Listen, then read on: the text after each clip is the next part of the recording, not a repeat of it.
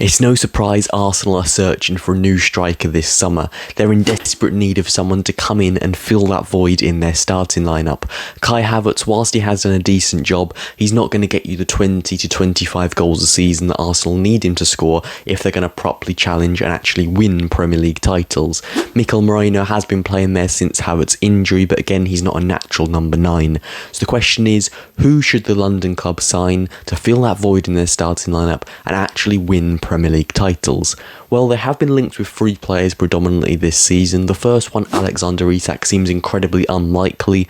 At the time of recording, if Newcastle win their final 2 games this season, not only will they finish second, they'll finish above Arsenal. On top of that, they've also won the Carabao Cup this season, so there's literally zero reason for him to want to join Arsenal.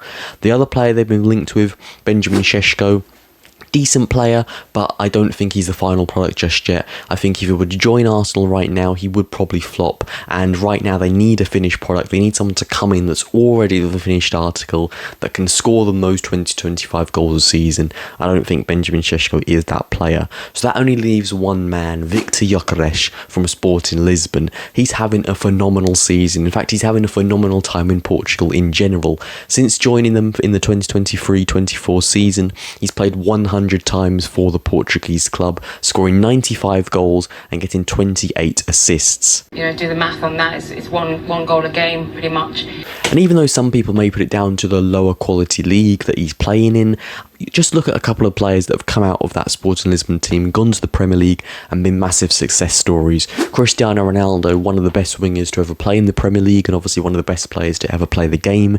And Bruno Fernandes, obviously not on the same level, has done a very good job since joining United and been one of their best players, if not their best player, since joining the club. So if Gyökeres can come in and even do a similar story as what Bruno Fernandes has done at United, then he'll be a massive success story at Arsenal.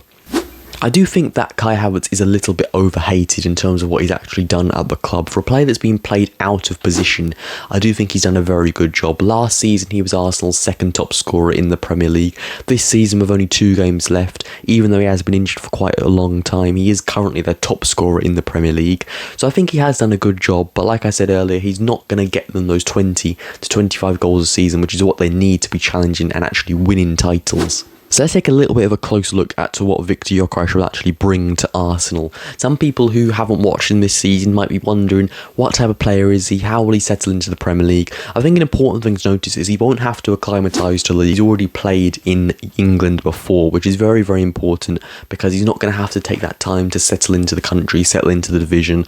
A lot of times when you're buying players from abroad, sometimes they need a couple of days, a couple of weeks, sometimes even months to settle into the division, but you don't have to worry about that with Gyökeres. He's already proven in the Championship, and the Championship to the Premier League is obviously the next step up, but he's already got that game time in England. He's already scored the goals in England. He knows how to do it, which is a very important thing when you're buying a player and when you're spending a lot of money on a player. But the important thing to note from Viktor Gyökeres, he's got a very good work rate. He's constantly pressing his back line. He's 6'2", but he actually is very, very quick, which is very important when you're hitting the teams on the counter-attack. He's a player that has a lot of upper body strength, which is very important for hold-up play. He's good at holding up the ball.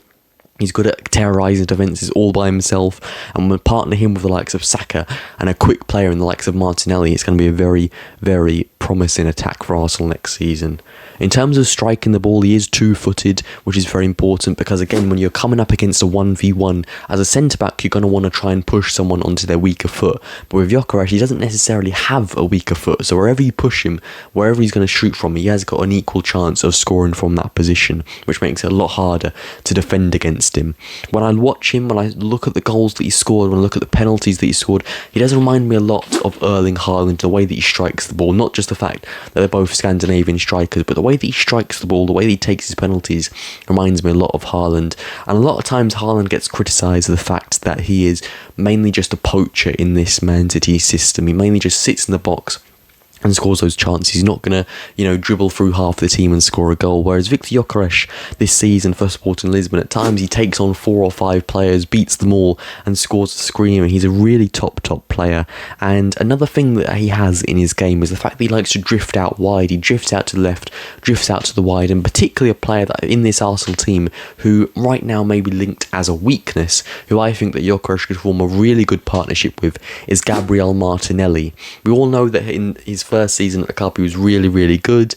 Kind of dropped off a bit since then, but I do still think he has the capabilities of being a player in this system that can actually do very well for Arsenal.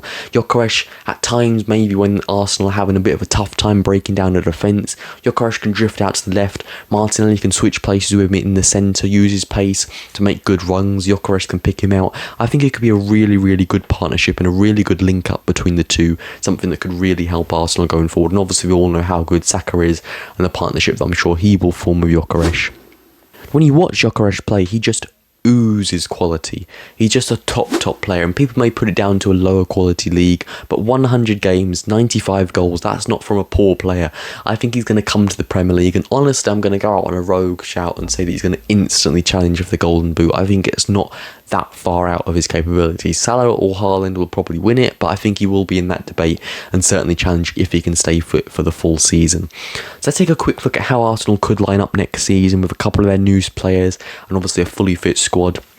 In goal is obviously going to be David Raya, being a top player this season, one of the best goalkeepers in the division. Backline consists of Jurrien Timber, who by the way has been one of the most underrated defenders in the league this season. Obviously the centre-back partnership of Saliba and Gabriel been a top partnership for the last couple of seasons. Then at left-back we've got Miles Lewis-Skelly. Maybe some question marks about whether he gets pushed into the midfield. Maybe you play Calafiori there. Maybe you switch Timber over to the left and obviously put Ben White back into the team. But for now, I'll keep Miles Lewis-Skelly there, and obviously we'll see what happens next season. Midfield consists of Martin Ødegaard, Declan Rice and Martin Zubimendi. That looks like a top-quality midfield. And then up front, Bukayo Saka and Gabriel Martinelli as the wingers and Viktor Gyökeres as the striker. As much as I hate to say it, I think that team actually gets a lot closer to that title than this current Arsenal team. As much as I hate to say it, I think the Arsenal team actually does win the league title. I mean, it depends obviously what Liverpool do, you know, how they do in the summer, how they potentially replace Trent, what type of players they bring in, but I don't know. That team doesn't really have any major weaknesses. The only weakness you can maybe highlight is maybe the left wing spot, but like I said, I think Martinelli will form a really strong partnership with Gyökeres and be a really good player next season. Obviously, you've got players like Trossard who can come in and rotate with him well, but let me know what you think in the comments section below. Do you think Gyökeres will be a hit at Arsenal or a miss, and where do you think they will finish next season with the Swede up front? Thank you for watching as always. Until next time, Hive out.